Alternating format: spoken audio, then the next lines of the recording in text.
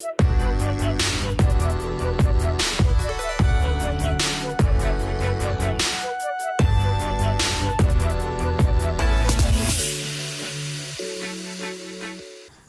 Chawlhna Tuikam program thlirtute in zawain kan la Isua Krista mingin sibai kan buk le chewa voina hian fakla rimoi la Isua tana ochwa poimo ziate pathian faktur kan ni ziate e chu thu chu tunhuna hianin e karon sai chhuak don ania he thu kan sei mang hian la Isua fakduna thinlung kan lo nei thei kan dua pathian point malsawm se ti kha e kan sei ma sa nia tin Bible chang Psalm number somkwa pahnina chuan Lalpa'n hena lom thu soile o chungnung ber iming faka zai hi thirtute kania atia pathian fakhi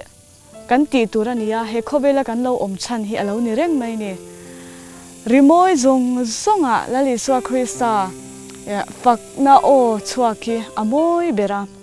tuti chuanin helaya kan chunga amma rong kan bol theina keima bi ka po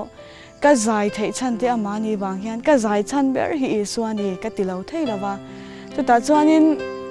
love song te hi tam tak chuan aswal na te soitur kan shau lawa ke point aswal ka tilawa amai ro chu pathian muchiang tu le pathian thatna aro puina muchiang tu tak tan chuan love song hi asak thei lo ni ti lai hi chu i mania hena chiang khop maya o min petu theina min petu faka zai tluka nuam hi alo lo reng ani ti hi the channel thlirtute po hian atharin lo she thar le ila kan thiam lo lam alo ni lawa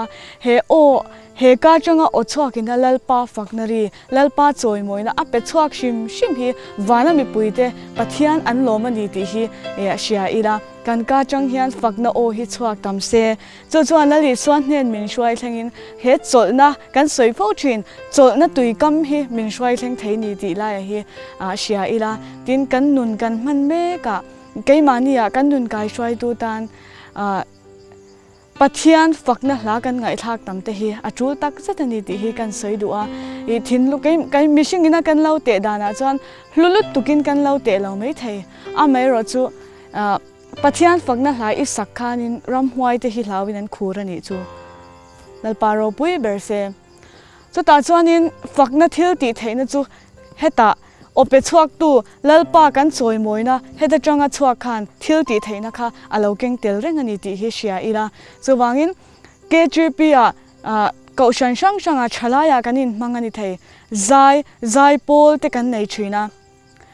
fakna ro puina le he ka changa ochuak ro puina I lal Isua fakna o ro pui zia hi hrethiami la thei to phi I chwa ila ti hi kan du tak seta zai pola te kan tela ko shan zai pol anga te bia zai pola te ponyang I kan thei top kan chwa thinin kan ringa chu ti lai ka chon indu thona wangten thei top la ti tok lo te po I kan mu mai chuang lo ni khang te po khanin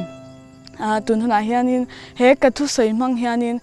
pathian faka zai he ochuak shim lalpa a choi mo hi he taksa tharau tan hianin cho alo ni ti hi sha ila pathian fakduna thinlung hi atak tak nei thei tur hianin keimani lam he kan ru hi in buat seila kan hlangai thak du zawng te mo pathian keimani tharawa in buan theina tur hla te hi ngai thatam taila chu chuan Chawlhna Tuikam hian min hruai thlengin a hnen hi min hruai thleng don ani ti lai hi kan soidua keima bi ka ponia thu soi ai ma hianin fakna hla hianin keima hian thu soi tam jok thini chuta chuanin ti hian keima hi ka inzot be thina ni ka zai chan hi ka ro puina tur ni lovin lalpa nang chawini iza ka zai chan ber Isua ani theina turin I pathianin o min pereng ta ni chuwan chuan keima bik phei chuan love song hi sangam tur kani lo renga I par chwa pui tur kani lo ti hi ka in chianga tin heta ka zai thiam lo lam alo ni me alo Lalpa'n he taksa changa ti tak zet na amma kan fakna o hi alo du thina ni ti sia in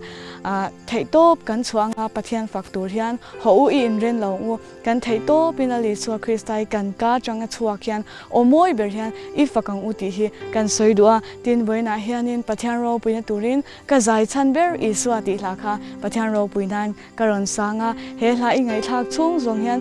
Isuan fakla ro pui zia lo sha tir che sela eng ma rimoi dang he fakha lo hi rimoi dang he khobe rang yan adang hi a om chuang lo ni ti hi I thin lunga lalpan he hlamang hian thulo soi se ti hi ka du tha sam ber ni lalpan ro puina turin ka zai chan ber Isua ti la han sa ni le a ro ru chuang zai ma se ngom chen pui zong shil ma se cây cá dài bôi chu là lý xóa bình lu râu cha lệ lu toái ngay lâu chu cá dài Chhan ber Isua lu ber hi la ta ka em ani bạc lệ trôi môi phu ber la lý xóa var par arsi en moya chu chắc lâu mình ti chắc tu lung mình nem tu ka lom na ber chu ta saron par mo Isua chu ani ka zai Chhan ber chu ani an soyan shil thil lo la man shil ko vel mi ta chia ta thil mà sẽ shil phố sẽ ngày nôm mà tiếng lâu cây cá dài Chhan hi tuk lâu cá dài Chhan ber Isua lu ber hi la ta ka em ani bạc lệ trôi môi phu ber la lý xóa